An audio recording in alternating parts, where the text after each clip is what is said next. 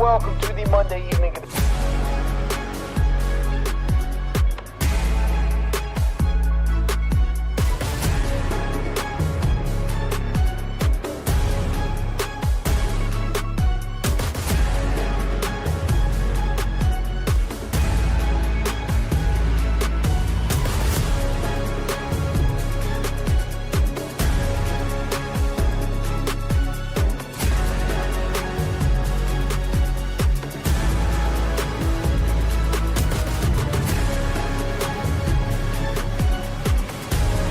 You love ball like I do.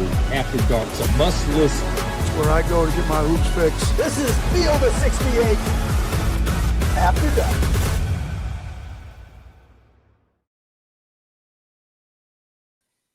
The Final Four is set, ladies and gentlemen. Auburn is going to San Antonio. Houston is going to San Antonio.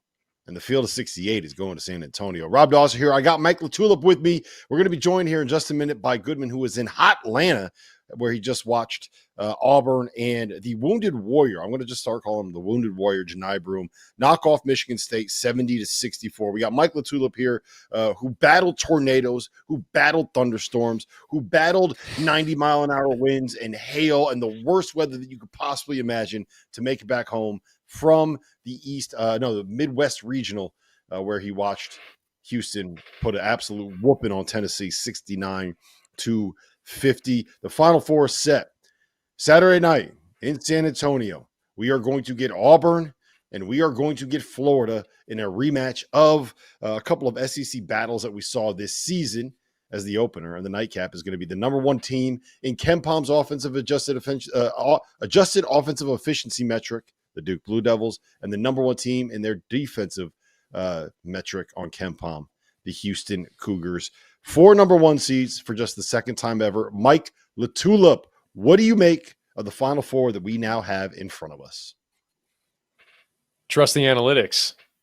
It was pointing us that way. It felt like the whole season, and especially down the stretch when you looked at how dominant those top 4 teams were. And I thought we just saw as the tournament went on, each team really hit their stride. And I think each team is well coached. Each team is tough as hell. And I think that ends up winning out here in March. And so I'm excited. I think this is, the way we saw it maybe shaping up with, like I said, given how dominant these teams have been, but it's pretty crazy to see it actually come to fruition, knowing how nuts this tournament is year after year.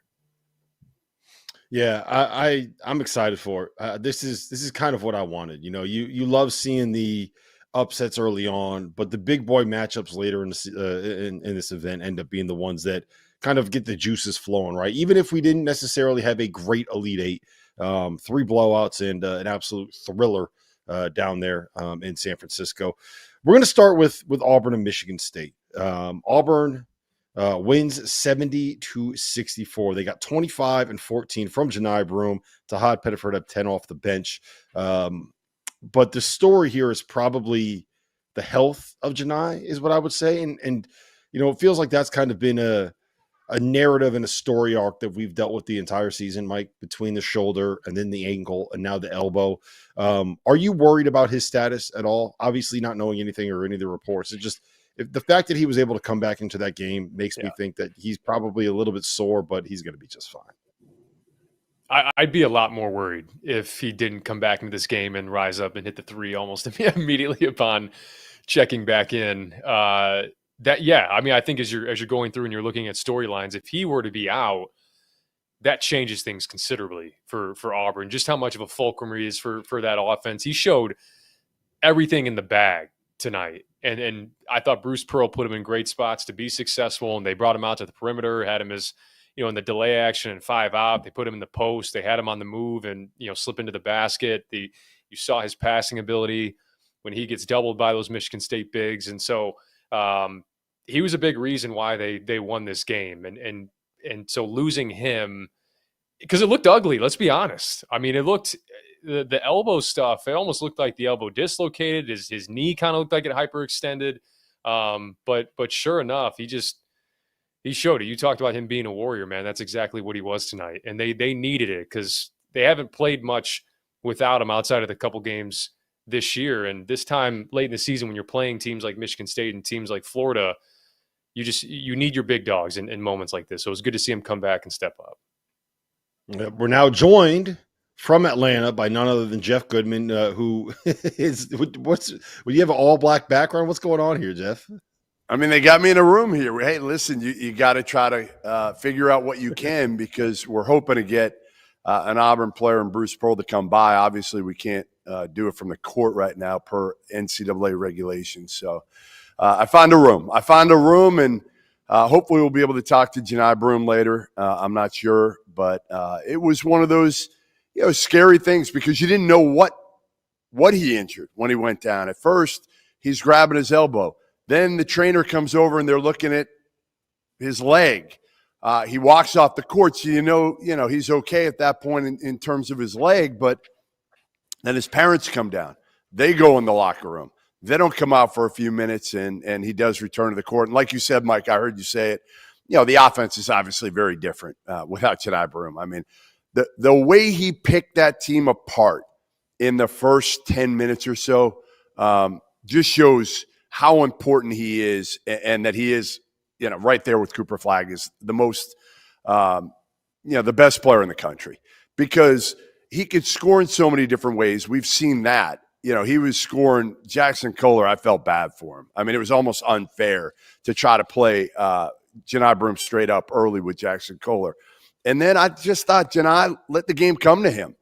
And instead of forcing it, which he could have, because I think he could have went for 30 or 40 if he had stayed healthy tonight. Instead of, he just picks him apart.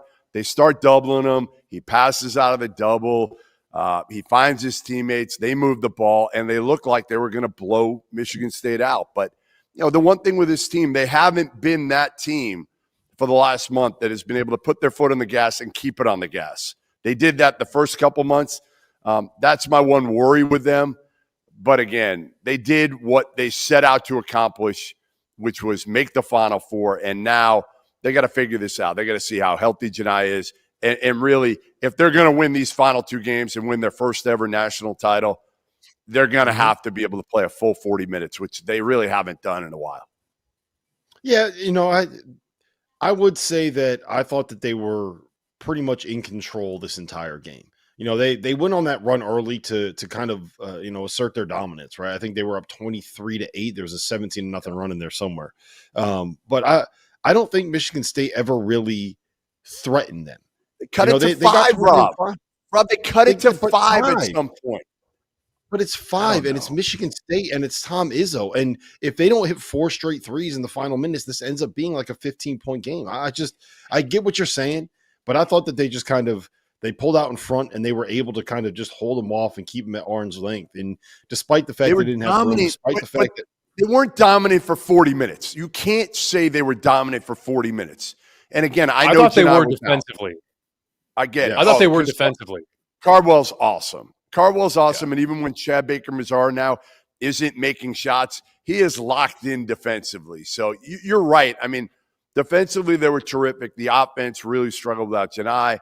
And even at times when Johni was on the court, after he went through that stretch, there were like 5 straight possessions where he didn't touch the ball. And I'm like, what are we doing here?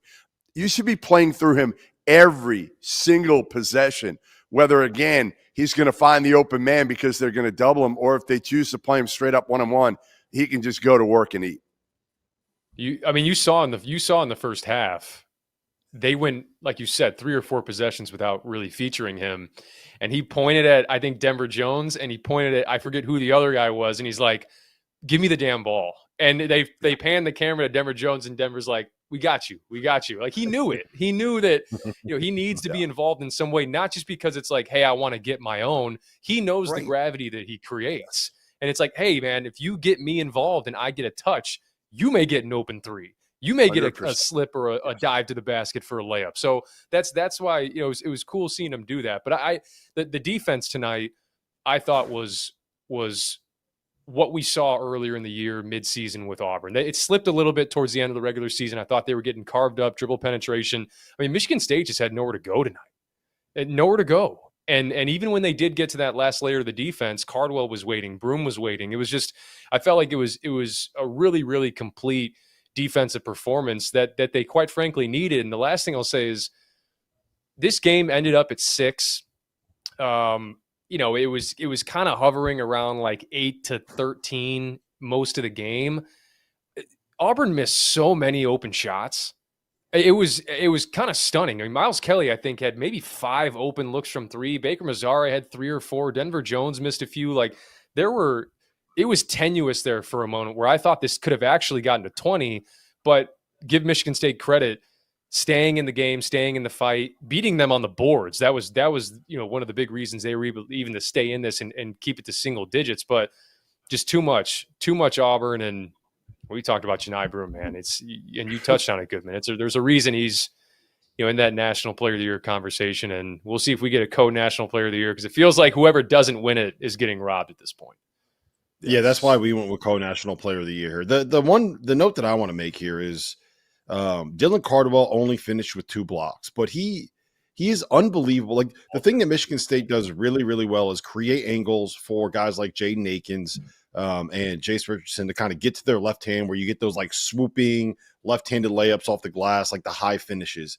And what Cardwell did incredibly well was just cut off that angle and make them go a little bit further outside. And now they're trying to now instead of like the swoop lane, remember Xavier Simpson, the point guard at Michigan State, that kind of perfected like the running sky hook off the glass. That's what I swear Jaden Akins took 3 or 4 of those, and Jace Richardson had a couple too. And a lot of those was because Dylan Cardwell cut off that angle and did not allow them to be able to get to the rim. And it got to the point where there were 3 or 4 times where they drove and they stopped their drive and they tried to hit a fadeaway over him. He blocked one of them. They missed a couple. I thought that he was the difference maker. The reason why there was no space for anybody to do anything on that end of the floor was Dylan Cardwell. I thought that this was there's some rumblings, Jeff, about him potentially being like an NBA kind of a guy, like second round pick, 2-way kind of a player. And go watch what he did defensively in this game, and that is why people are saying that about him. Yeah, Bruce has been saying that all year that he's going to end up in the NBA, and he's elite defensively, and he buys into it, right? I mean, he knows his role, he embraces it, and he and Johni work so well off one another. That's the beautiful thing about those guys at the 4 and the 5 and how they can play together. And it's one of the reasons Bruce told me. He said, Dylan he definitely could have left and transferred somewhere else to get more opportunities. But I told him he'd start if he came back with Johni, that I'd figure out a way to start the 2 of them together. And it's worked when a lot of people didn't think it probably would with those 2 bigs. Yep. What does this say? And we'll talk a lot more about this in the coming week and down in San Antonio. Remember, we're going to be down there at Smoke Sky Bar Wednesday, Thursday, Friday, and Sunday from 4 until 7 p.m. local time for all the fans that are going to be making their way down there. We also have tentative plans. I can't say what there are yet, but we're going to be doing a pregame show on Saturday and on Monday from hopefully a place right by the Alamo Dome. So we'll talk a little bit more about that when we have the opportunity to do it. But what does this say about Bruce Pearl, Jeff? Second Final Four in the last, I guess, 5 tournaments, right? Last 5 tournaments, because 2020 didn't happen. Has done it with, I think, a different style this time than he did last time. Building it around a big guy instead of building it around a star point guard. But, I mean, look, he's 65 years old. This is kind of the peak of his powers right now, I think, as a coach, what he's done at Auburn. What does this kind of put a bow on what this means for Bruce Pearl's legacy? Well, I thought the 2019 Final Four was one that was a little bit surprising, right? I don't think people saw Auburn getting there. They had to beat Kentucky to get there. They have really good guards. Jared Harper and Bryce Brown were terrific. Purifoy. I think Okoro, got hurt in that Elite 8 game, if I remember correctly, and was out for the year. So nobody gave him much of a chance. They fought Virginia, almost beat him in the national semifinals. But this one feels different.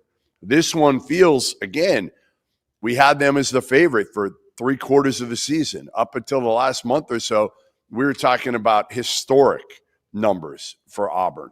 And they've fallen off. They haven't been as dominant. But they have swagger. We know that. Bruce Pearl allows them to have that swagger. I thought today, guys, and I've seen them play a lot here over the last month or so in person. I thought today was the most locked in that they have been in the last month in terms of just no effing around.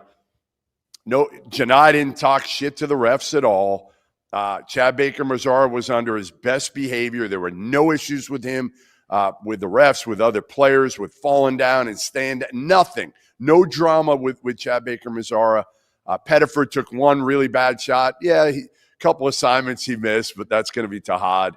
I just think this team, again, Bruce Pearl feels like this is his best chance ever to be able to win a national title, and Auburn's best chance ever. Obviously, there's only their second Final Four in school history. But you got three other number ones that are thinking the same thing right now. Yeah, the hard part about this, Mike, is that I think this is the best team that we're ever going to see at Auburn. And I feel very comfortable saying that because I think that this is one of the best teams we've seen in probably the last decade of college basketball. And I feel comfortable saying that too. This is probably the best team Jon Scheyer is ever going to have at Duke because right now he has the best team, according to Ken Pom, that anybody's had in college basketball. Wait. It's in year three. It's in year three. Are you kidding me? Goodman, according to Ken Pom, this is the best team in college basketball that we have seen since 1999. So there's a very real chance this is the best team that Jon Scheyer has at Duke, right? This might be the best team that Kelvin Sampson had. Can you mute his mic, Dagan, please? He's 38. This might be the best team that we've seen Kelvin Sampson have at Houston. And this might be the best team that we've seen that Todd Golden will have at Florida. That's how good they are, right? And all four of them are here in the Final Four. Like, how do you manage this? Like, if you lose in this Final Four, there's no shame in that at all because this might be the best Final Four that we see ever with how good these teams are. Then again, Go ahead, Mike. Go ahead, Jeff. Go ahead. You got it. I was just going to say it starts at the top for all four of those teams. I think all four of those teams have crazy, and I say that in a good way, ultra competitive head coaches. Ultra competitive. And there's a massive trickle down effect, I think, to the team. So it is crazy that we're even sitting here and this is a thing because I think most people saw how dominant all four teams were in their respective conferences. And saw how it stacked up historically and all that stuff, but then you're still hesitant to be like, are 4-1s really going to make it given this tournament? And yeah, they have, and it's again, I look at Duke and I both sides of the coin. I think for Auburn and Florida, it's like if you're going to think about a bad matchup for each team, it's the other team that they're playing. Both sides. So it's just that's why I think we're going to have absolute mayhem when we get down there in San Antonio. I'm thrilled, man. I'm thrilled it turned out this way. Yeah, and the part of it, Jeff, that is really interesting here is that Bruce Pearl and Todd Golden are really close. Todd Golden started out on Bruce Pearl's staff at Auburn, and I know you're excited about this. We have 3 Jewish coaches in the Final Four. Yeah, it is cool. I mean, listen, I'm not the most practicing Jew around. Maybe I should be with these 3 coaches. I'll get called out for it, but it is kind of cool. 3 of the 4 coaches are Jewish. Like that honestly boggles my mind that we're at that point. But yeah, like I was there for 2008, that Final Four. Man, it was so electric. Like you just felt the energy. It was different than any Final Four I've ever been at, guys, because you had big names. You had the Derrick Rose and the Calipari's and the Kevin Loves, obviously Carolina and what they brought to the I mean, it was so loaded, guys. I hope we have that type of energy. I think we will. We don't have as big a names just because, again, back then, I think you had the high-level pros that you don't have right now other than Cooper Flagg. A lot of those guys are long gone right now. Obviously, we know the Rutgers guys are gone. Trey Johnson, VJ Edgecombe, they're all gone, but Cooper Flagg's still around. So, all the NBA people will have their eyes on him. Everybody will be watching for Duke. But this Auburn team, man, again, I've talked about them a lot. They are fun to be around. And today, I thought we saw them flip that switch and say, no more fucking around. We're going to get down to business, and that's it. They'll have fun at the Final Four. Trust me. That's who they are. They'll be probably as entertaining as any group that we've seen at the Final Four since Big Baby and Joakim Noah were there back in the mid 2000s. So it's going to be fun. I can't wait. Yeah, this is shaping up to be maybe the best Final Four, and the one that I'm maybe the most excited. No, that's not true. The Final Four I was most excited for was 2022 when it was Duke and Carolina, and I hadn't been to a Final Four in 3 years thanks to COVID. But this is shaping up to be something that is going to be special. We're going to have a lot more to talk about here, and we also got to talk about what happened in Indianapolis. Mike LaTulip battled thunderstorms. He battled tornadoes, and he battled what was the ugliest first half that we have ever seen from a number 1 or number 2 seed in the NCAA tournament out of Tennessee. We'll get to that coming up next. If you haven't heard by now, we have partnered with BetMGM for the season. We'll be using BetMGM lines to make all of our picks, and we'll have special offers for the listeners and the viewers. Download the BetMGM app and sign up using the bonus code FIELD. Deposit at least $10 and place your first wager on any game, and you'll receive up to $1,500 in bonus bets. Go download the BetMGM app and use the code FIELD today. People have opinions about me, strong ones. Some compare my brand to the competition and call me a copycat. Some say that I'm just watered down, that I fall flat. I've heard it all. But the people who get me, they say I'm different, subtle, but balanced. Nothing to hide, nothing artificial. And once they give me a chance, they keep coming back for more. For more dab water.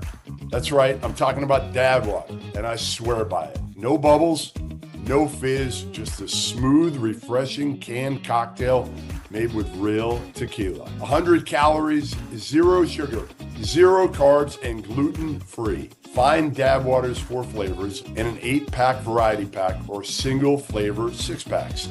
Dab Water invites you to enjoy its great lineup of products all tournament long. Take it from me, Jeff Goodman. Sometimes the most polarizing things are the best things. Dab Water, tequila, water, natural flavors. Welcome back, Field of 68 After Dark. It is Sunday night. The Final Four is officially set. Duke will be playing Houston. Auburn will be playing Florida. And we will have 2 SEC teams, a Big 12 team, and the ACC national title favorites heading down to San Antonio with us. The Field of 68 will be down there. Smoke Sky Bar will be there all week, Wednesday, Thursday, Friday, and Sunday, doing shows 4 to 7 p.m. local time. Mike LaTulip, you were in Indianapolis, and you saw Houston beat Tennessee 69-50.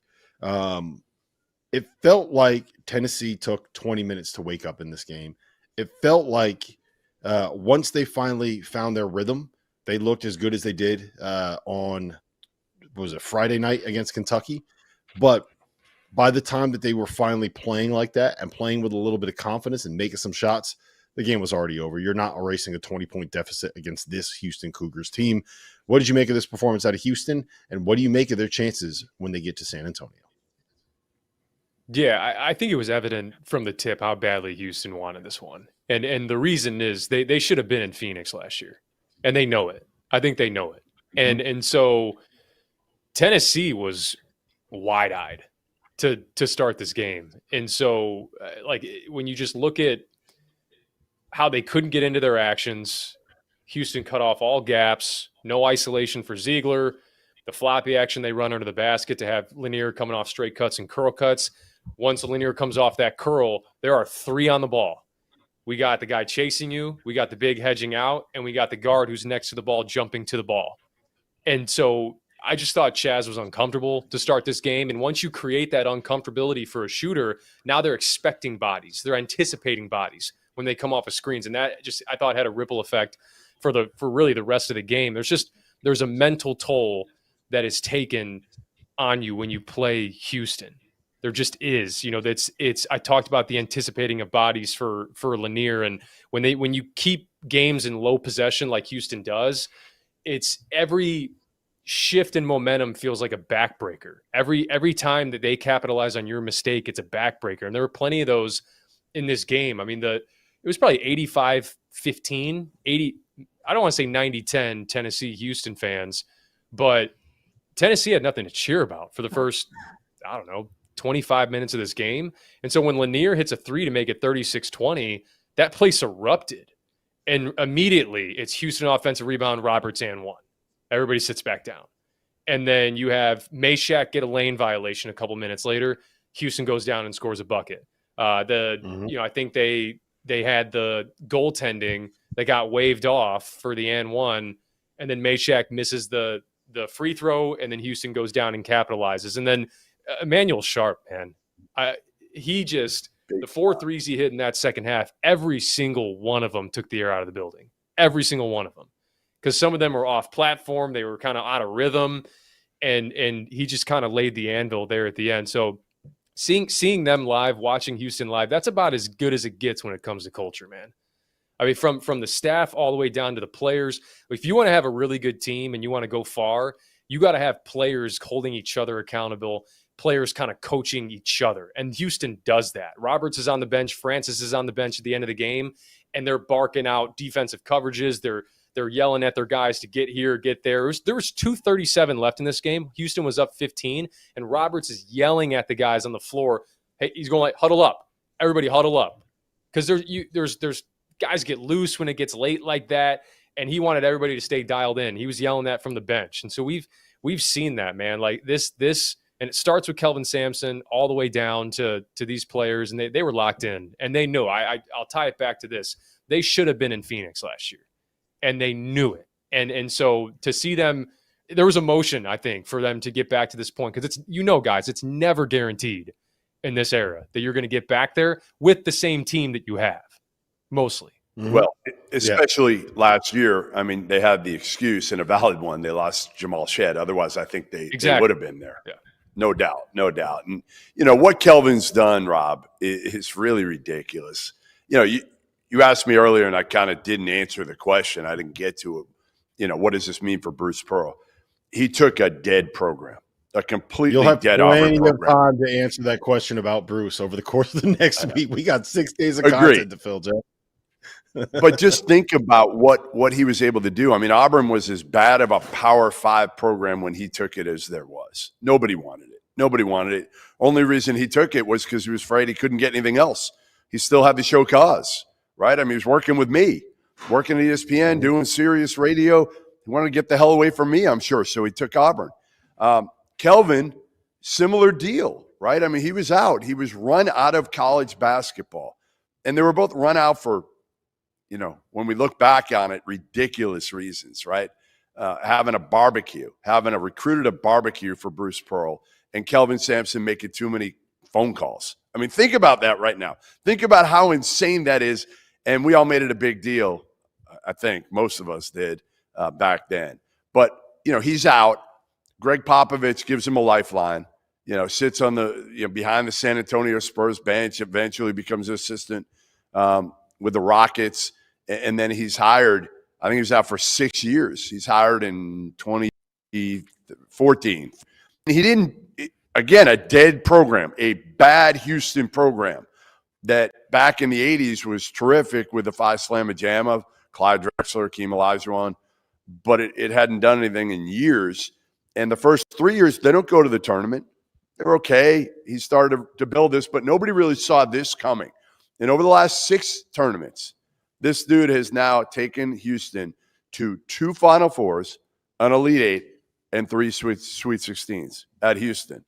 Talk about culture, because he's done it with defense primarily. But this team, the difference and the reason why I've come around on them is because they shoot the ball well.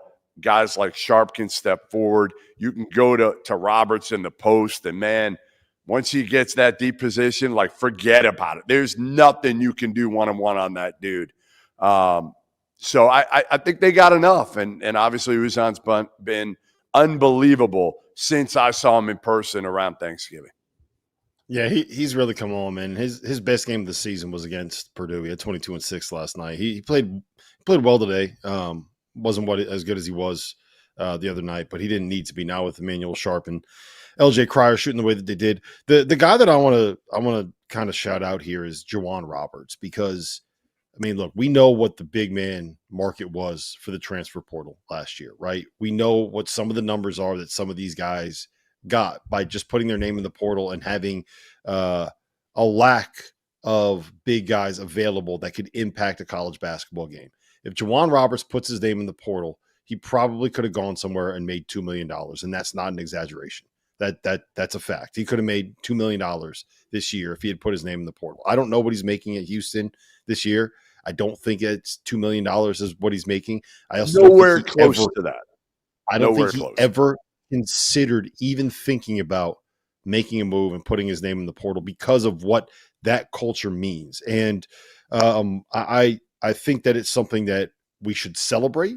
It's something that we should respect. And to me, it kind of epitomizes what both of you guys were talking about, why Kelvin Sampson is as good as he is as a coach, why that culture, Mike, is as good as it is at Houston. And I'll tee you up with this. I think that they've done something similar to what Tennessee has kind of done, where I think that Kelvin has kind of realized, look, you know what? We can coach defense. We can coach these guys how to guard. Our biggest issue in the past has been the ability to kind of get a bucket late, struggling with games where you're not able to quite physically overwhelm teams the way that you do in the American, or the way that you do against maybe someone that's not as big or as strong or as old as you. So he went out and he got Emmanuel Sharp, and he brought in LJ Cryer from Baylor, and he recruited Milos Uzan from Oklahoma. And now he has 3 different guys in his backcourt that can get you 20 and that can win you a game. And to me, that is what the difference maker is with this team. They got 3 killers in that backcourt, Mike. 3 guys that can make big shots for you. No, they do. And it's, I've talked about this throughout the season. What makes them so good offensively is that, and Juwan Roberts falls into this category too, Tugler falls in this category too, all those dudes know who they are. That's what makes them great. And they didn't know exactly who they are. And the guys that shoot threes are the guys that are good at shooting threes. The guys that dominate inside are the guys that are good at dominating inside.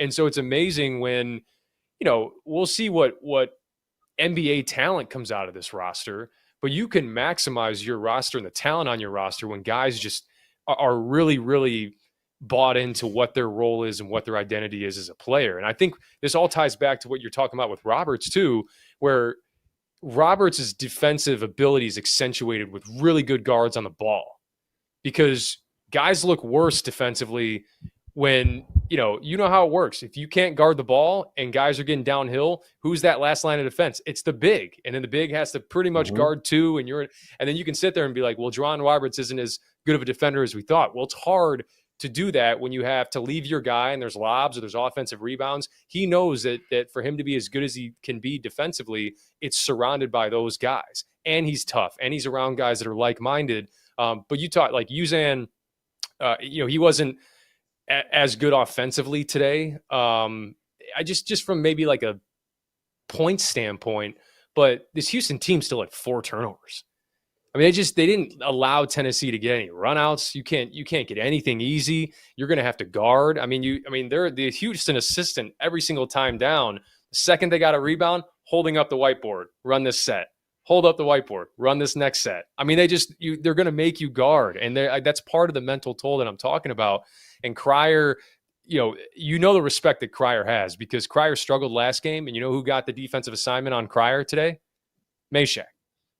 Like they know how important he is. And so that's hard, because then Ziegler's taking Uzan, and then who's that leave? You still got Emmanuel Sharp you got to account for. So it all ties together. They all help each other.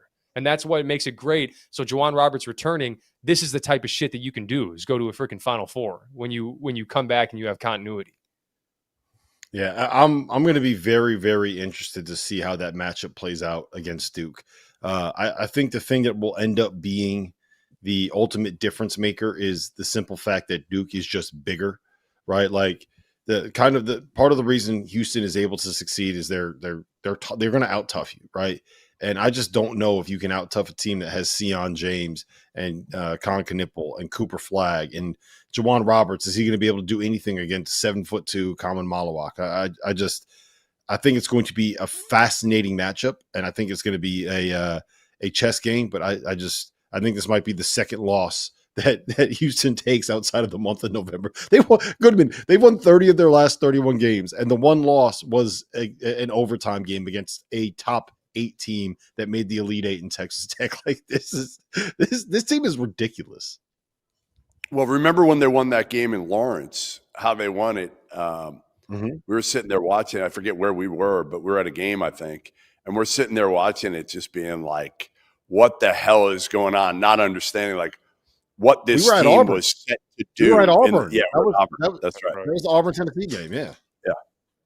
We're like, we didn't fully grasp what this team was about to do to rule the Big 12 the way they did. And, Mike, I mean, I'm watching that game on TV, that first half, and I'm just like, man, like, do these small guards, do any of them have any chance against Houston? Now, again, Duke doesn't have those small guards, so they're not going to have to deal with this again. But even I'm watching this game today. Michigan State's guards are obviously bigger than Zakai Ziegler, but Auburn's got that length and all over the court. And I just feel like that is clearly the way to go now in modern day basketball. That's why everybody's trying to do it, right? Have these big wings. And Ziegler's awesome, but he just looked like he got swallowed up. And obviously Lanier was never able to get into a rhythm at all. I thought they got some really good looks late in the first half. And they just, even in the middle of the first half, wide open looks, but I think by then it was already in their head. They were they were pressing. Everything was short. Go ahead, Mike. Everything was short. Every shot they took. I mean, I was sitting right behind the broadcasters, and you could just see every time they took it, I was like, short. Everything, like, because you just have to work. I mean, like I said, the floppy action that Tennessee runs and some of the curls, they were allowing Houston to be physical. So not only is it about surveying when you come off the curl cut or the straight cut, you got to wrestle before you even get to the screen. So then it's like you can't create that separation, because that's when as a shooter, you're going to have a shot with the initial separation that you create off, coming off the cut or right before you set up your cut. That's how And I just think they kept them guessing all game. And yeah, it's just, they're just complete rhythm busters. And I don't know. I mean, I go back and forth with this Duke Houston game, and it just speaks to how dominant I think all these teams that are going to the Final Four are. Doesn't it feel like for this Duke team, we watched that Clemson game, their last loss, and how physical Clemson was with them.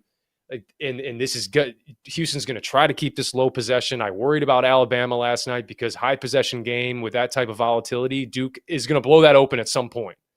And so Houston's going to try to have possession control.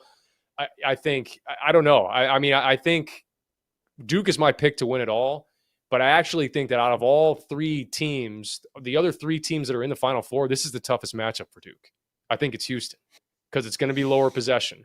It's going to be physical, probably more physical than the other 2. And those other 2 are physical as well. So I'd still pick Duke in the game, but it's a fascinating one, man, because it's going to be a departure from, I think, what Duke's used to. Yeah, the thing that I'm worried about is just the firepower that Duke has.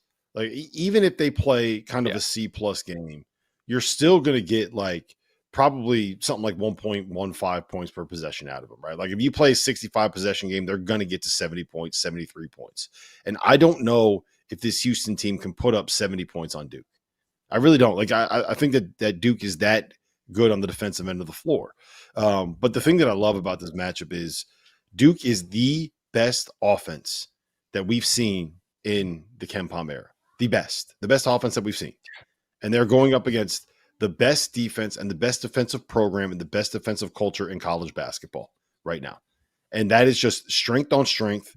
That is the best on the best. That when you get to the final, this is what you want, right? You want the best team in the country in Duke with the best offense in the country in Duke going up against a team that is going to be singularly built to try to stop them. You're giving Kelvin Sampson 6 days to put up a game plan to try to slow down Duke. 6 days. 6 days for Kelvin Sampson to figure this out. The more I think about it, Mike, the more I think you might be right. Like this, if Duke can get by Houston, Duke's going to be cutting down the nets, I think. I mean, you said it. Like, this is the greatest team Jon Scheyer will ever have in his coaching career. You already said it. It very well could be. It is the second best team that we have seen in the 30-year Mike, we can't let this go. Mike, come on. Help me out here. It's hard to foresee what the next 30 years are going to be for Jon Scheyer, but I will say, man, watching that game last night, watching Duke all season, Jeff, I mean, you've covered this thing for a lot longer than I have. That's one of the most complete teams I've ever seen in college basketball. No doubt. Ever. No doubt. I'm not dumb enough. I'm not dumb enough what are the deficiencies in the third season that it's going to be the best team this guy has ever coached. When he's at Duke, he's a star. He's going to get players over and over and over. I'm not saying there's going to be another Cooper Flagg, okay? There's never going to be probably another guy like Cooper Flagg, but there's going to be other dominant players coming along that Duke gets, that Jon Scheyer is able to coach, and he's going to figure out how to put the pieces together because he's already done it in year 3. But is that not a high bar? Is that not a high bar to be like Duke? Yeah, but it's Duke. They are going to have more talented teams. This is not going to be the most talented team that Jon Scheyer has, but I think that this could end up being the best team that he ever has at Duke. And maybe that's an overreaction. Maybe I'm just living in the moment. Maybe I've had too many of these dad waters. We're drinking Rodney tonight, guys. We're drinking Rodney tonight on the dad water. Let's real quick, 30 seconds. Because the differentiator, we can talk about talent. We're setting a timer for LaTulip on his 30 seconds. Go ahead, hit it. He'll never hit it. He will never make it. Well, now you guys are stalling for me. The differentiator with this Duke team, you can talk about talent coming in, recruits, NBA draft picks. It's up here, man. Like you're assuming that every kid is going to be like Con Knipple and Cooper Flagg and Sion James and the way how laser focused they are every single game. That's the difference for this Duke team. That's why they made it so they were so dominant in ACC play, and that's why they've been so dominant all season. Now I'll stop. There you go. You made it. You got it in. Listen, we got to get to a break. On the other side, we're going to talk a little bit about these matchups, and we're going to talk a little bit about how each one of the 4 teams that are left in the NCAA tournament can cut down the nets on Monday night. We got 8 days left of the season, boys. I'm fired up. That's next. College basketball fans, are you ready to take your hoops game to a new level? Whether you're a seasoned bettor or just trying to win your March Madness office pool, Rhythm is here to give you the edge this season. With data-driven predictions for every single college basketball game left on the schedule, Rhythm helps you maximize your bets. And as March Madness kicks off, Rhythm's insights will help you spot those plucky Cinderellas that you know are going to shake up the NCAA tournament. But that's not all. When Selection Sunday rolls around, let Rhythm's AI-powered bracket generator do the heavy lifting for you. This is the same AI tool that performed 35% better than the average ESPN bracket last year. And here's the best part. Rhythm pairs perfectly with our Field of 68 expert analysis, giving you the 1-2 punch that you need for the rest of the college basketball season. So don't wait. Download Rhythm today and get ready to see college basketball and your betting results in a whole new light. Were you one of the people that thought that Wisconsin was going to beat BYU, that St. John's was going to get past Arkansas? If you lost in the first weekend of our $40,000 Survivor contest, I have good news. We are hosting a $15 to enter second chance Sweet 16 Survivor. There is more than $30,000 up top if all 2,200 spots filled. With their slick mobile app and user-friendly website, Splash Sports is the home of Survivor. So sign up and prove that once again, you know more ball than the Field of 68. All right, we're back here with one of the stars for Auburn Tigers basketball, the hometown kid, Miles Kelly, here in Atlanta, and you're going to the Final Four. I mean, got to be surreal in a way for you, based on kind of you're at Georgia Tech, you transfer here, and now you're headed to San Antonio for the Final Four. Has it sunk in yet? I mean, it definitely sunk in. I mean, to be able to celebrate the Final Four on State Farm Arena. I've been coming here since I was little watching the Hawks play. So, this is a full circle moment for me. This is everything I dreamed of and everything I wanted to happen through my college basketball career. I thought it was big early. You made some shots right away. I think you made your first 3 shots. You got off to a 15-point lead. The difference I thought seeing you guys tonight was you were more locked in. Let's face it, you guys can have some fun at times and take your foot off the gas. They came back, they made it a game, but you guys were never kind of, as I said, never effing around. Like, you guys were locked in tonight. There wasn't a lot of smiling, joking around, any of that. Did you guys talk at all about that before the game? For sure. We knew it was winning time. So we got to do whatever it takes to win, and that's something that we really focused on this game. And the motto of this game was just to come out and set the tone, and that's what we did early. And I think that set the tone for the whole game.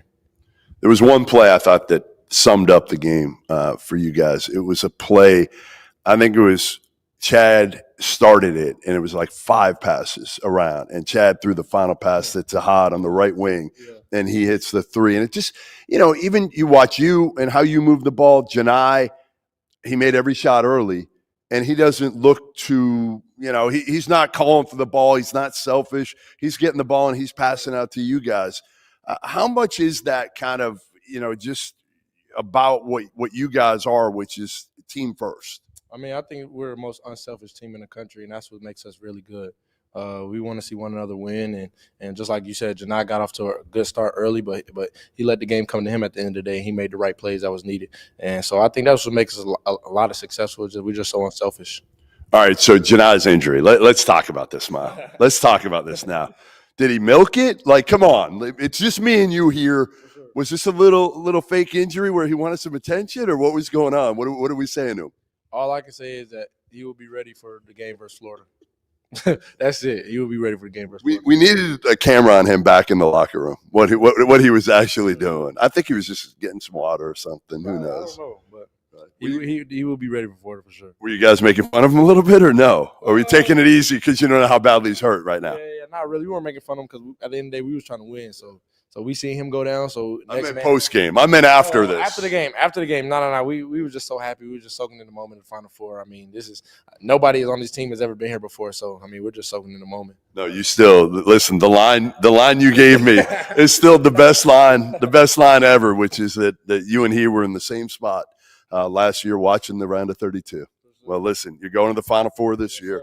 We'll see you in San Antonio. All right. Thank you. Appreciate it. All right, there you have it. Miles Kelly of the Auburn Tigers. Back to you guys. Miles Kelly, how about that? Thanks, man. Big win for the Auburn Tigers. You see Miles shaking a hand there. We got to get going back in the shot. There you go. Good job, Jeff. I gotta say, man, look, we're gonna say this publicly here. Your technological efforts here have been astounding. This has been a Final Four most outstanding player performance. Right? Like, I think when it comes to the NCAA Tournament MVP so far, it's Johni Broome, it's Cooper Flagg, and it's Jeff Goodman. Yeah, actually, no, Walter. You got to go Walter Clayton up top. Walter Clayton's above you. But you're definitely top 4 on that list. Yeah, I went to a little photography class I didn't tell you about recently, so I got some more technology experience. I set this thing up all by myself, and I'm proud of myself. I'm not going to lie. Well, I just gave you all those compliments. Now the focus on your camera is going absolutely berserk. That's Dagan. That is not me. You're still blaming it on Dagan. I didn't touch anything. When you're still, it looks like you're on like the selection show, and they go to like Bubba Cunningham and tell us why like North Carolina's getting into the tournament. It was great. It looks like you're. Yeah, because Rob started saying how good I was. He jinxed Tennessee last night, and then he jinxed me. I have a confession. I think it looks great. I have a confession about that. I might have jinxed Tennessee on purpose. I might have done it on purpose. That might have been intentional. That might have been intentional because one of us may have had a future at 12-1 odds of all 4 number 1 seeds getting to the Final Four. I may have done that intentionally to win my bet and to make you look bad, Goodman. I can't believe, but I got to find a way to use these powers for good. If I'm able to jinx teams in tournament and make them lose, like, can I use these powers for good somehow? All right, the Tulip.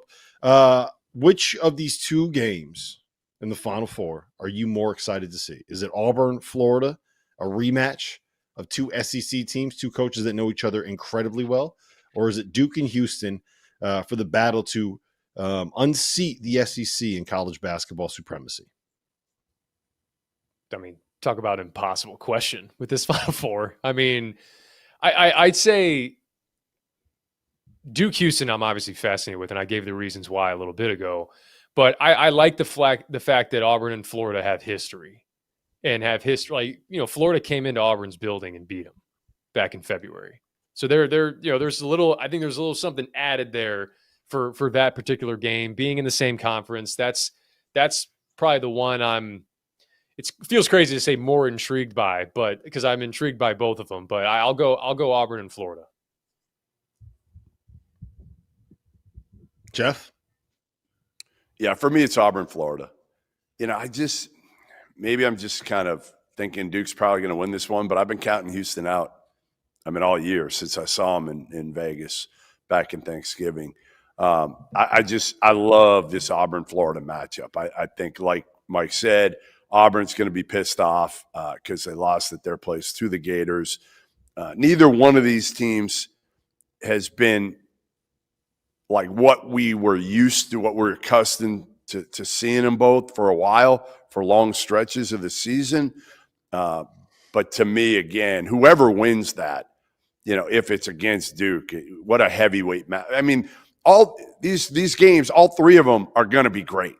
Like, that's the beauty of this tournament right now, the way it shook out, right? Early on, we didn't have the upsets we wanted. We didn't have the Cinderellas moving forward. But, you know, we have the four best teams right now. And I love this Auburn-Florida matchup because I think it could go either way. Yeah, you know what's really interesting about this is that Auburn has actually played each of the four teams that are in the Final Four right now. They beat Houston, obviously, on the second game of the regular season. They lost to Duke at Cameron on December 4th, and then they lost to Florida at home on February 8th. I wonder if there's ever been a Final Four where one team has played the other three teams in the Final Four before. That's got to be something close to a first. I'm much more fascinated by the Duke Houston matchup in the first round or in the nightcap there, just because it's the best offense in college basketball against the best defense in college basketball, and that should be a thrilling matchup there. All right, Goodman, I'm going to hit you with this one. Which coach can add the most to their legacy with the national championship here now that they are heading to Houston? I mean, you got to go with one of the two older guys, obviously, because, you know, Todd Golden and John Shire have a long time in front of them, even though, again, this is Shire's best team he's ever going to have, according to one Rob Doster. So he better win now, I guess.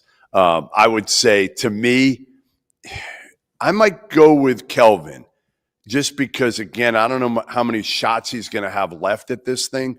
Bruce still might have a couple shots left because, let's face it, Auburn's going to get dudes still these next few years. I don't know how many years he's got, but they're going to be among the top of the sport for the next few years. Kelvin could retire, you know, next year, and Kellen Sampson, his son, will likely take over. So, yeah, he's a little bit older. I think Kelvin's 69. And Bruce is about 65-ish right now. So I would say Kelvin. I would say Kelvin has a little bit more on the line because this could be it for him. And I sucks saying that because, again, the guy's been at two Final Fours in the last 6. He's always getting to the second weekend. But you never know when he just says, you know what, I'm done. I'm out. Mike? I think it's Kelvin Sampson. Because I think it's just been this build and build and build. It's, you know, getting to the Sweet 16s as many times as they have. It's the Elite Eights, it's the Final Fours, and then now just kind of, I think, topping it off with a national championship. I think speaks to what I talked about earlier with the culture and what they've built and the iterations of players that they've gone through, and they've maintained exactly that same level of success going to new conference, going 19-1 in a conference like the Big 12, and so I'm sticking with Kelvin Sampson on this. I think, and Bruce they're Pearl healthy. obviously has a good case too, but they're healthy. Yeah, And they're healthy. That's the beauty of Houston this year. Is like every year it's been something in the tournament that there's been an injury, a key injury, and that's the best thing for Kelvin right now. Is they're healthy enough that if they don't, it's on them. I think it's Bruce. I think Bruce has the most on the line here because Kelvin is a guy where I assume that Houston is always going to be this good every year because they've been this good every year for like 4 years in a row and 6 of the last 7 seasons, right? So I think that he's going to be in a place where he can more or less make another run at it just like this again. Now, I mean, Milos Uzan and Emmanuel Sharp are both juniors. They both still have another year of eligibility if they want to come back. So does JoJo Tugler, who has a very, very bright future in the sport of basketball with the way that he plays. But I think it's Bruce. I don't know if Bruce is he'll have good teams at Auburn. I don't know how often he's going to have a team that is this good at Auburn. Like this is different than a lot of even the year that he made the Final Four last time. They were a 5 seed heading into the tournament, right? I'm hearing, just so you know, I'm already hearing they're in strong for Flory Badunga, who they were in strong with coming out of high school. So that would be a pretty good ad if they start there. Yeah, that would not be a bad addition to their roster. Listen, we are going to do a quick afters here. I have 4 questions I want to hit you guys on, and we'll be relatively quick in this one. I'm not going to give a number so I don't get trolled by Trevor if we go over that number. But before we do, let's get into a toast of the night. Mike LaTulip, toast of the night. Who you got? My toast of the night goes to Lucas Oil Stadium. I didn't know what to expect when I went in there. Really? I was expecting a real stadium feel, and it was an arena feel. It really was. I mean, it was a stadium feel for the first half of this game for sure, but for the weekend and as a whole, they did a really good job of making that feel like a real college basketball atmosphere. The fan bases were amazing. I'm going Lucas Oil Stadium on this one. Goodman? My toast of the night is to Johni Broome's elbow. Hoping it's okay because if it's not, I'm not sure how far Auburn goes against the Gators. My second toast of the night is to Mike LaTulip, who has done a hell of a job for us. Boots on the ground in Indy. LaTulip, you battled the conditions and you won. I would have given LaTulip the toast of the night if he had gotten the interview like we thought he was going to from somebody on Houston, but he didn't get the interview, so you don't get a toast of the night, Mike. My toast is going to go to Houston. I knew you'd say it. I knew you'd say it, Rob. We didn't even ask him. That's the best part about it. Yeah. My toast of the night is going to Kelvin Sampson, just for the program that he's built, the success that he had, the win that they got there. I just, I think it's a bow on what he's been able to build that Houston program into. You don't just have a regular program go into the Big 12 and make it theirs the way that Houston has gone into the Big 12 and made it theirs. We're heading to the afters here. We'll be there for a little while. I want to ask each of these guys how each of these top 4 teams in the Final Four can win the national title. That is coming up next. Field 68 after dark.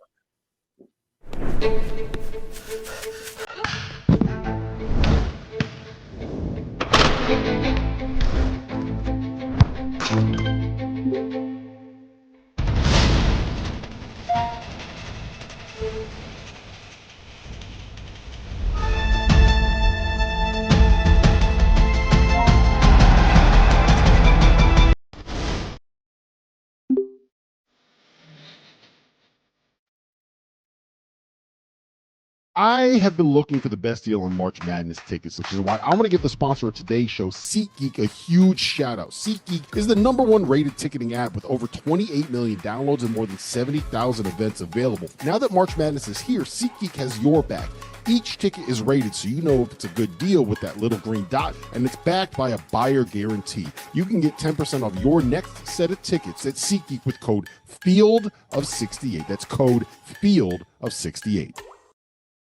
I want my home to feel like my home. So whether I'm looking for big furniture, just a small piece for my place, or maybe some storage solutions for the basement or the garage, the answer is Wayfair. Seriously, I needed a new patio set and fire pit for my backyard. I bought it on Wayfair. It looks great on our deck, and it gives me an excuse to fire up the smoker, invite some friends over, crack a couple beers. Just last week, I bought a new chair for my office, someplace comfortable to sit while the madness takes up the 4 screens in front of me. I got it on Wayfair, clicked a few buttons. A couple days later, it showed up at my front door. They even offered to help set it up for you. Digging through online stores can be intimidating. Trust me, I know. It can be hard to find what you're looking for in your price range, but not on Wayfair. They have great options, even if you are balling on a budget like me. Wayfair has every style for every home, including mine and yours. So head to wayfair.com and shop everything home. That's WAYFAIR.com. Wayfair, every style, every home. We're live. It's the afters. Hit the chat. I'm not getting close to any bear. My career high on the court is 28.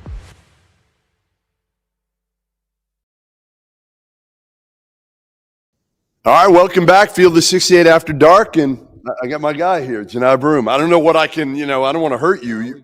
You're like in tinfoil here or something. So, all right, take me through. I know everybody's probably asked you already. Were you just milking that injury, or is it a real injury? What's going on here? A little bit of both. Nah. But, kind of, treat my arm a little bit. Went back to the locker room. Nothing broke.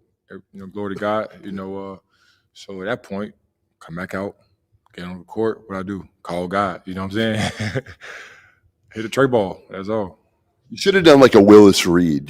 Have you heard about Willis Reed? Yeah. You needed to do that. What is that? It's like running through the locker room. You're hobbling, or you could have done a Paul Pierce and come out in a wheelchair. And they didn't get back in the game? Yeah. Oh, okay. I could have kind of made it a little more dramatic, but I ain't. Totally. No, you kind of are dramatic type. Who you kidding? You got some drama to you. I know you do. Drama, swag, little bit of everything. All right, what's it like? I mean, again, Morehead State, a dude that was not recruited heavily, to the best player on the best team going to the Final Four. I mean, what has this been like, this ride right now? Man, it's one to enjoy. It's one to, soak in every moment of it. I told these guys again, let's keep enjoying, let's keep dancing. I told them I'm going to bring my best from here on out after these first 2 games.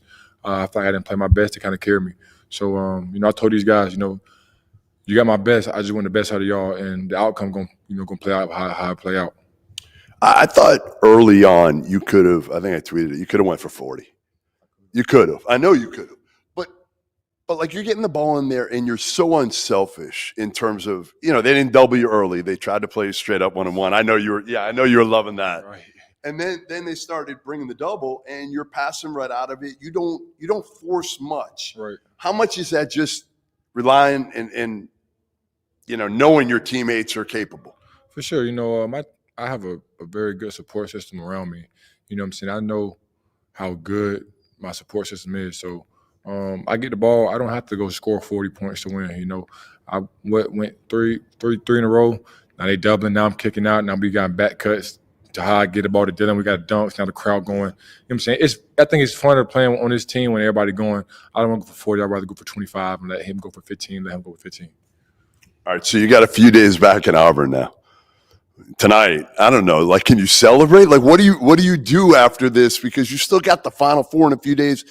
The job isn't finished. We know that. But getting to the Final Four is still such an accomplishment, especially from where you came from, the horseplay on the flight back in Houston. Do you want to go back to that?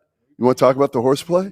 I want to know what happened. I want to really know what happened in the horseplay. We'll talk about that maybe off camera. Yeah, we can't go off camera. But, you know what I'm saying, though?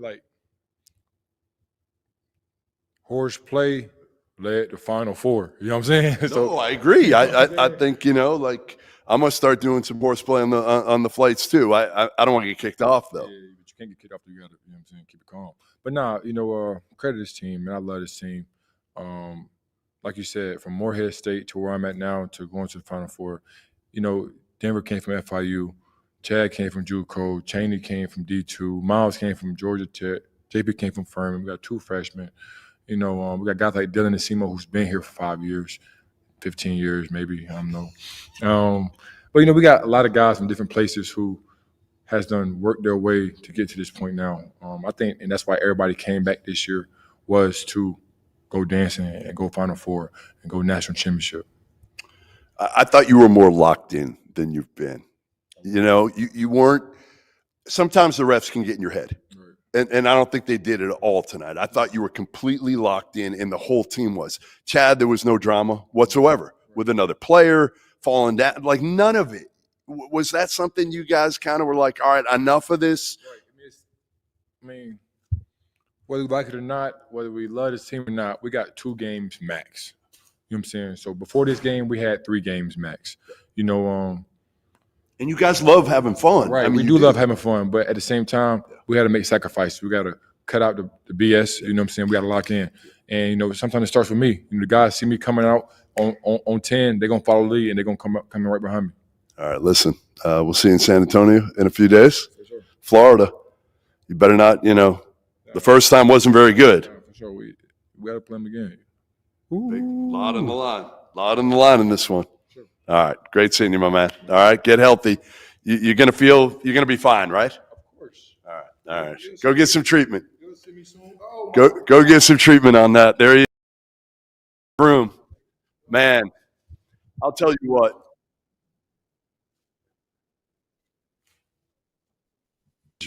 And you wait until he's walking off camera just to be like, hey, by the way, are you gonna be good? Are you gonna be okay? Like, good? That's right. That's right. He's gonna be fine. Trust me. Johni Broome is not missing the Final Four. He's not missing it. It took you. Can I say this? Hey, can I say this before you get on? Go ahead. All right, go. No, I was just going to say it took you less time to ask a question about horseplay and say that you're going to try to find your way onto a no-fly list than it did to ask the National Player of the Year about the injury that he suffered on a nationally televised game, the last game that was played before the Final Four. That sums up your interviewing perfectly. Yeah, I mean, I do like to – it's probably why I love him and some of these guys so much because, I mean, again, they have a lot of me in them when I was their age, probably now even. But they're so much fun to be around. I've been around them a lot this year. I've been fortunate. And they are so much fun as a group to be around because you can tell how much they enjoy each other, right? You can tell that. And that's part of the reason why this team has been so successful. They're super talented. The pieces fit. All of that. But again, you better have good chemistry in this day and age, in this era. And you look at all these teams, I've been around Florida a lot. Same thing. Duke, you can tell. They're different in how they approach things. But, man, if you don't have good chemistry right now in college basketball, you're not getting to this point. Yep. All right, let's get into the details here, guys. I'm going to hit you with a question on each team, and we're going to break down for about 4 minutes on each one of them, all right? Latula, I'm going to you first. How does Auburn win the national title? What has to happen? I think it starts defensively with them, like it did tonight. And I was really curious for Miles Kelly when they talk about setting the tone, what that means for him. I think it has to start with their physicality and defensively. I think that settles them in, that gets them out in transition. We already know they're a good rebounding team. That's where it starts for them. It has to be on the defensive end. And I just think, like, out of the 4 teams, they're arguably the most combustible in a good way offensively. Like, I could see Pettiford having 28 in this game. That wouldn't surprise me at all. So that's how Auburn goes the distance. I think it starts with their defense and their physicality, and this backcourt. In addition to what we know Johni brings to the table, this backcourt really stepping up, like we've seen them do throughout the course of this tournament. Yeah, I tend to agree. I think that a lot of it comes out. Oh, look who it is! All right. Well, we got somebody else here. Go ahead, Jeff. Take it away, Bruce. Congrats, man. Bruce Pearl here. And 2019, you went. I just feel like this one's completely different. Like, I don't know. It felt like you guys were not fortunate, but you guys were underdogs getting there. And now I feel like, you got 4 heavyweights, but you're one of them. You played really well tonight. I thought you were different. Defensively, you were locked in. There wasn't a lot of BS going on the court. Everybody was locked in tonight, weren't they? Yep. This is different than 2019. In 2019, that team finished 4th in the league. We're a 5 seed. And the road to the Final Four was Kansas, North Carolina, the 1 seed, and then Kentucky, the 2 seed, a Kentucky team that, had 3 pros. And so, but then when we got to the Final Four, it's Texas Tech, Michigan State, Virginia, and Auburn. I mean, there was a bunch of mutts there. Yeah. And in some ways, I don't even know there was a 1 seed. I don't even know there was a 1 seed. Okay, so now this time, okay, we come in as a 1 overall. And we don't end the season great, so we're not playing great. But we beat Creighton, Michigan, and Michigan State on the road to the Final Four. All really, really good teams. The difference would be, okay, we were better than all 3 of those teams. Not by a lot, and no criticism. I just think we had better players. We had great plans. Okay, now I look at Houston and Florida and Duke. You could not ask for 3 more formidable opponents than those 3. Who would be awesome? Who would you put over any of those teams? Nobody. No, end of discussion. They've been the 4 best teams from start to finish. No question. It's awesome. I mean, it really is. We kind of complained about the lack of Cinderellas early, but this is what we get late. It doesn't get any better than this, Bruce. No, it doesn't. The other thing I want to say about it, I want to explain why I was talking yesterday about the fact that Auburn's the underdog in this game. Not that who I don't know who is favored. I have no idea. This is Michigan State. Yeah. All right, this is a team that gets to the Elite, and they don't just get to the Elite Eight. When they get to the Elite Eight, they win. Right. And it's Tom Izzo. And it's Tom Izzo. For you, beating Tom Izzo to get here, that's got to mean something. No, listen. When we got there last year in 2019, we beat Bill Self. We beat Roy Williams. We beat John Calipari. And so here, I mean, right now, you talk about the coaches at Creighton and Michigan State. So great job. Staff did a terrific job. And now look, we got our hands full with Florida. Because I've been saying all year long, they beat you pretty good. Handily, start to finish. So what did you do wrong in that game that when you look back, you're like they just physically manhandled us and the Clayton demonstrated in that game his superiority, and he's just continued to do it. Look, Denver Jones once again did an incredible job on a point guard. You've been touting this all year. But he delivered all year long, and yet he got himself in a little bit of foul trouble. And I'm like, guys, he is a great defender. Yeah. So he's going to be matched up against Clayton, and Clayton is as good as it comes. So we got to win that matchup. Our guards really you look at the shooting percentage of Michigan State's guards. Michigan State's have their guards have dominated the Big Ten. Yep. They did not dominate Auburn tonight. All right, I got 2 more for you. Johni and his health. He just came in and he said, "I'll be fine." Oh, he's going to be sore tomorrow. Yeah. They looked at it whether it was a little bit of a hike for extension or not. It'll be sore tomorrow. But he separated his shoulder back in December. Yes. Or slightly. 2 games?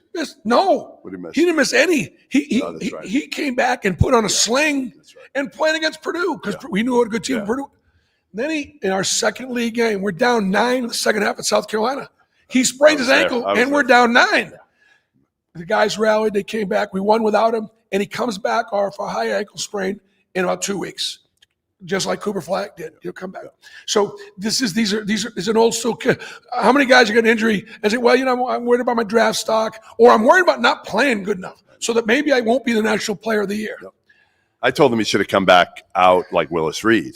I mean, he said, he goes, 3 people just asked me. I don't think he knew who the hell Willis Reed was before tonight. Yep. All right, last one. Yep. And this is one dear to my heart, and I know yours too. John Shire, Todd Golden, Bruce Pearl. Yep. 3 Jewish head coaches in the Final Four.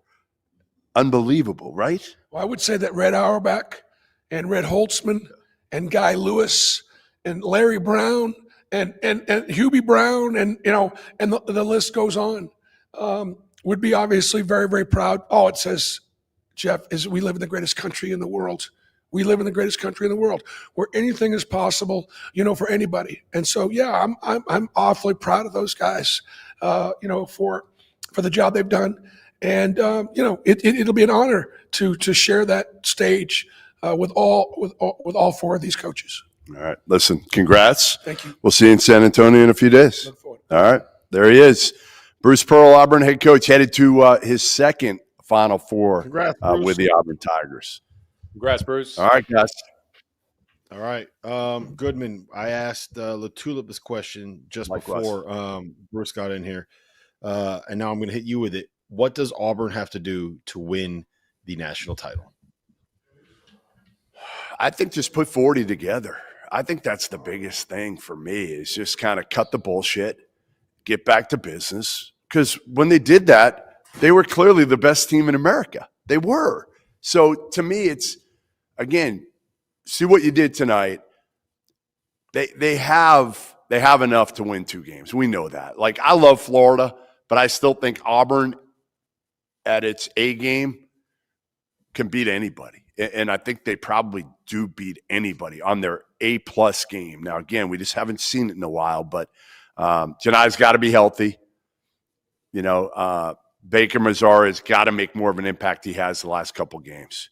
You know, he's made a couple shots here and there, but he's been very inconsistent. And Pettiford's the X factor because Pettiford gives him something that I'm not sure anybody else has out of these Final Four teams, which is a guard you can give the ball to and just say, hey, go get – I know you're going to say, like, maybe, Walter Clayton can do that, but he does it differently than Pettiford. Pettiford gives them that electricity, that energy off the bench. He's kind of like that little kid that just – you get so excited when he does something well. Yeah, there's like a higher ceiling and a lower floor for him than anybody else, I think, in the Final Four. It was the last two for me. It was Baker Mazzara and Pettiford. Like, if those guys make shots, then that's when Auburn is at their absolute best, and that's when they hit their ceiling. When those guys make shots and they're locked in defensively, like if those two things are happening, Auburn's going to be a very, very, very difficult out here in the Final Four. Let's go to the team that they're playing. Goodman, I'll go to you first on this one. How does Florida win the national title? What has to happen for them to win 2 games in San Antonio? I mean, they're going to have to rebound like they have, right? They're going to have to rebound like they have. And you know, their biggest strength is they can rebound and get out and go. And, you know, they beat Auburn, obviously, at Auburn. If they shoot the ball well and rebound and get out in transition, they just can't keep playing with fire like they have. That scares the hell out of me. The last, couple, obviously with UConn, and now this last game against Texas Tech, you can't dig a hole against Auburn. If you do that now, like, Auburn's not playing around now, so you can't get off to a bad start if you're Florida. But man, the beauty with this Florida team, they have so many pieces, so many. They're going to have to find a way again to make sure that Auburn isn't, try to run them off the 3-point line, I think, and you give Johni.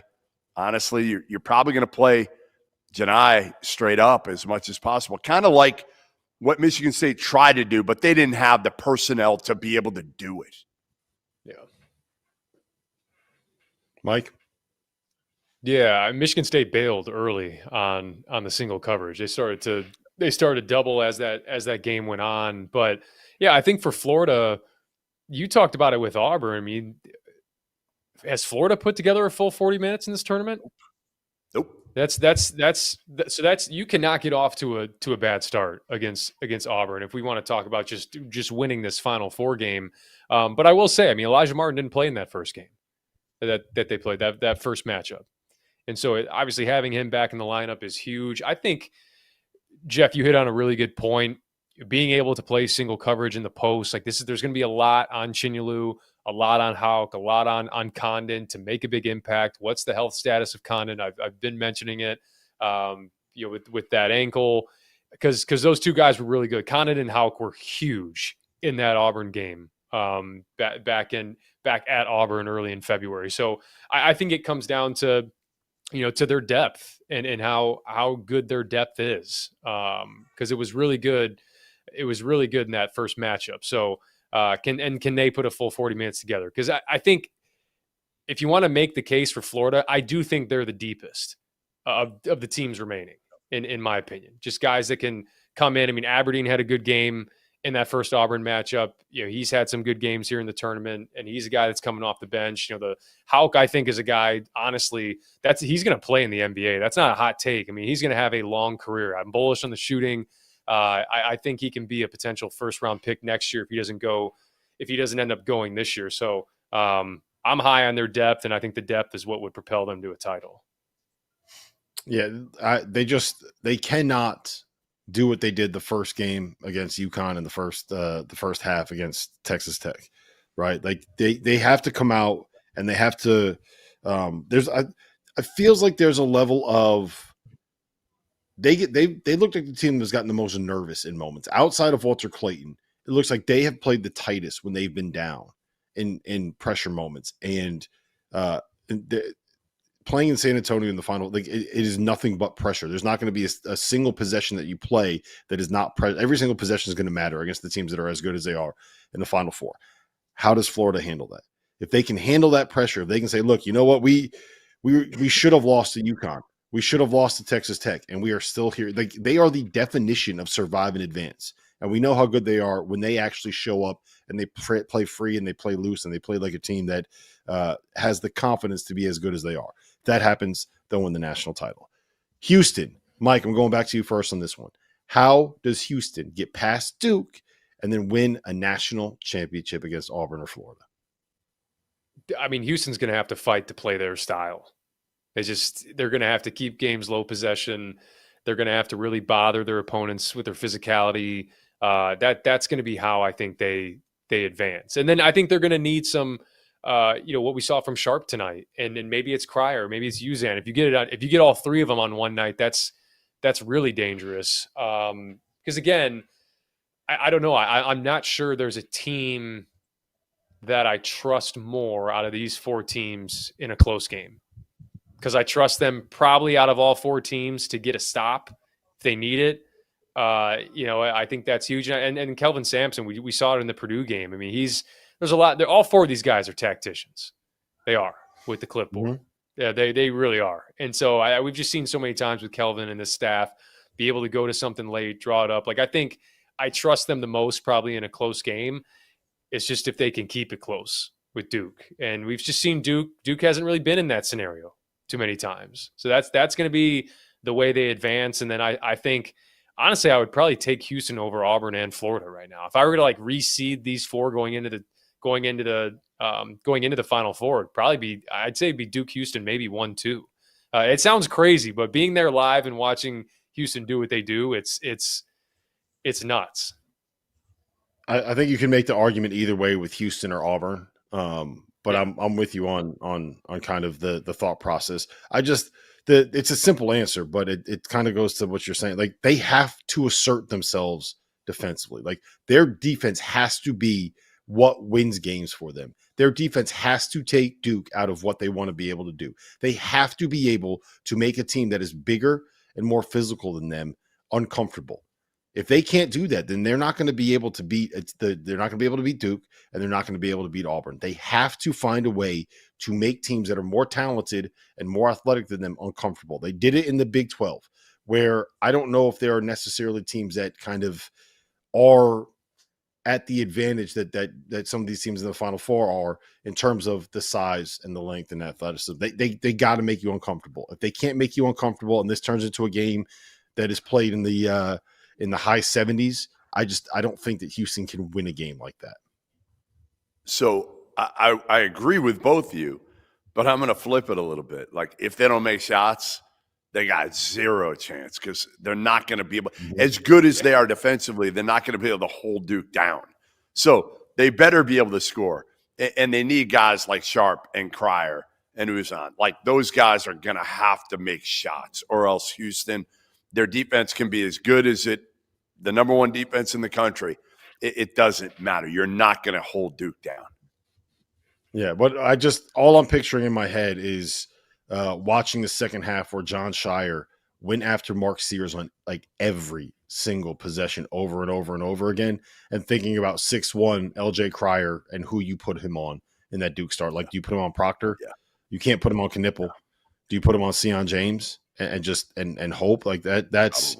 That's what Kelvin Sampson is going to have to try to figure out there. And I thought, like, this is a different topic, but I thought what John Shire did coaching that game against Alabama was a ridiculous coaching performance. Like he was manipulating that game as well as any coach that I've seen in person this season. Goodman, Duke, they're the favorite. They are more than a 50-50 favorite. They are a minus money favorite. Last I saw, it was, I think, minus 120 Duke national title futures at BetMGM. What does Duke have to do to avoid an upset not winning a national title here? And yes, I said what I said.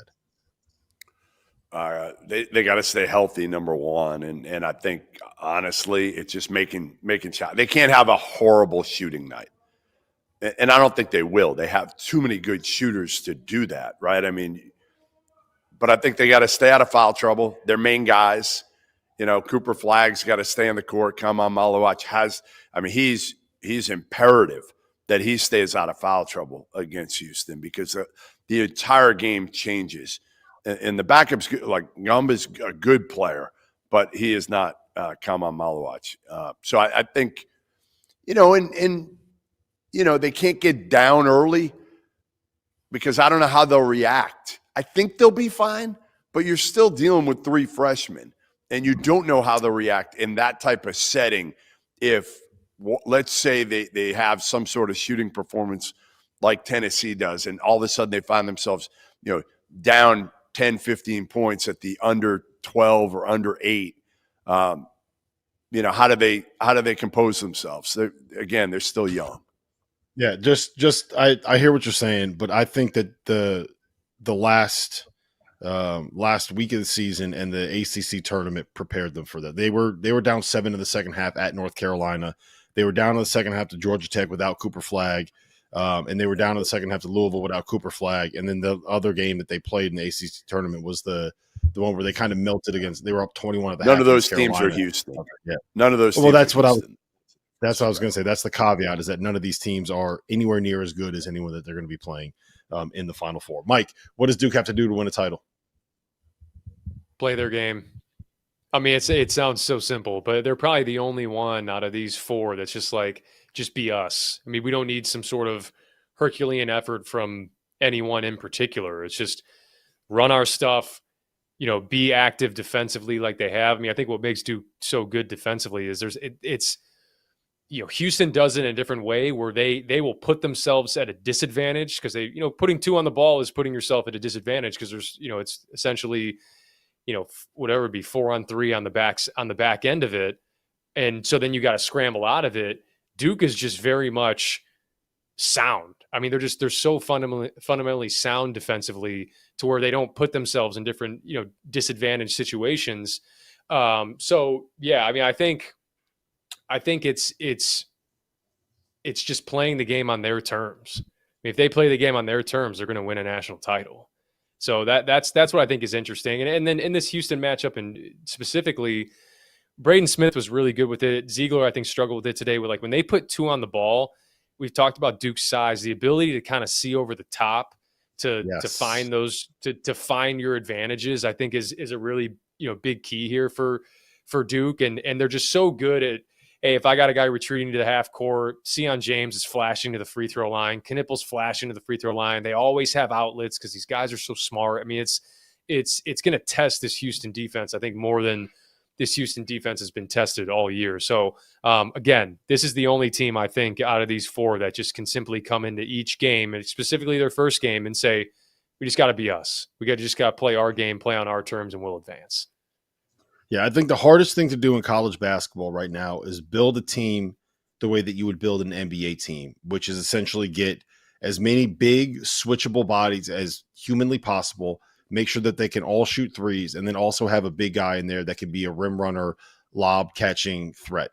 And that is precisely what John Shire has done. He's got size everywhere. He's got length everywhere. He's got switchability everywhere. Cooper Flagg shooting 38% from 3. Knippel's shooting 40% from 3. Proctor's 41%. Sion James is 41%. Isaiah Evans is 41%. And Kamal Malawach and Malik Brown are switchable lob threats that you can scheme different things defensively with them. You said it best, Mike. Duke just has to play their game. they play their game. They're winning a national title in San Antonio. We will be able to preview these matchups. Mike, save it because we have. Yeah, Monday I was night, going to Tuesday say. night, I was going to say we'll have plenty of Thursday time to afternoon, talk about this. Friday Plenty of time. afternoon, Saturday pregame. We literally have 3, 6, 9, 10, 11. We have 12 hours of content that we're going to have to fill. And we're going to have guests coming through. Again, pub where it is again, Rob, and when we're on. It's at Smoke Sky Bar. Smoke Sky Bar is, let me get the actual address for you guys if you're going to be down there in Houston. Well, 1100 East Houston Street in San Antonio. It's about 5 blocks from the Alamo Dome. It's like 2 blocks from the Riverwalk. It's right next to where the media hotel will be. It's right next to where the coaches hotel is going to be. It's right there. It's in the heart of everything. The best part about San Antonio, everything is right. All the hotels, the Riverwalk, the restaurants, the Alamo Dome. You literally have to Uber to your hotel, and then you can just walk anywhere you want to go when you're down there. So Smoke Sky Bar is what we'll be at Wednesday 4 to 7, Thursday 4 to 7, Friday 4 to 7, Sunday 4 to 7. We have a pregame show on Saturday that I haven't confirmed it yet, but I believe is going to be at a place about a block from the Alamo Dome. Same thing on Monday, and obviously postgame will be courtside from the Final Four. Boys, it's here. We got 8 more days of the college basketball season left. I appreciate you guys being here. LaTulip, I'm glad you survived the tornadoes. Goodman, you got 3 interviews, and you did not mess up the camera outside of not being able to keep it in focus, which, like, honestly, That was not me. when you're on camera, when you're on camera, not me. When you're on camera, Jeff, it's better when it's not in focus. Let's just put it like that. So great work today, guys. Great work, Dagan. Great work, Trevor, making sure this thing runs smoothly. Great work, Connor, who is probably still sleeping off his 4 days in Vegas. And appreciate Phantom jumping on when he did. It's been a fun week, guys. But we have 2 days left, 3 games left, and 8 days left of the college basketball season. I'm going to enjoy every second of it. For Jeff Goodman, for Mike LaTulip, for Dagan Hughes, for Trevor Release, I'm Rob Dosser. We'll see you guys tomorrow night. Field of 68 after dark.